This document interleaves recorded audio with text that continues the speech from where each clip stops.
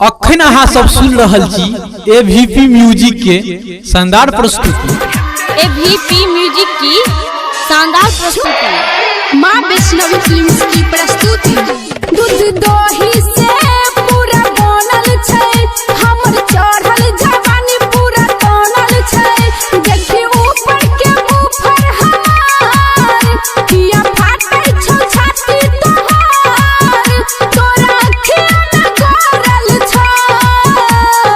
हत सुन हमरा छुअल सगे छौरी, तोर हेते हेते बढ़ल छौ। हमरा छुअल सगे छौरी, तोर हेते हेते बढ़ल छौ।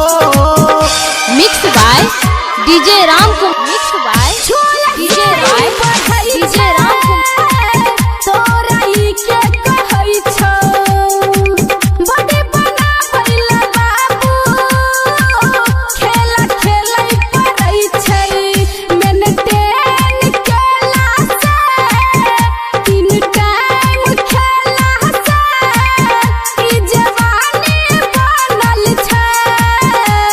हत सुन हमरा छुअल सगे छौरी, तोर हेते हेते बढ़ल छौ। हमरा छुअल सगे छौरी, तोर हेते हेते बढ़ल छौ।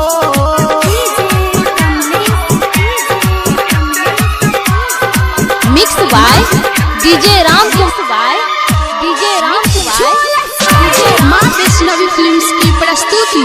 अहिना नहीं छै रे फूलल, कके जीनो फूललियै, एकरे खातिर विटामिन केतना के पुसल खेलियै। सबरिया संगीत के एला से, ऋतिक सुशील के बदला से, हमर जवानी बनल छै।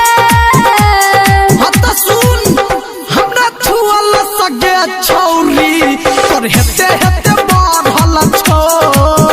हमरा छुअल सगे छौरी, तोर हेते हेते बढ़ल छौ। दूध दही से पूरा बनल छै, हमर चढ़ल जवानी पूरा तनल छै। देखी ऊपर के ऊपर हमार किया फाटै छौ छाती तोहार, तोरा अखिया न गरल छौ। हत सुन हमरा छुअल सगे छौरी, तोर हेते हेते बढ़ल छौ। हमरा छुअल सगे छौरी, तोर हेते हेते बढ़ल छौ। हमरा छुअल सगे छौरी, तोर हेते हेते बढ़ल DJ mix by Ram Kumar.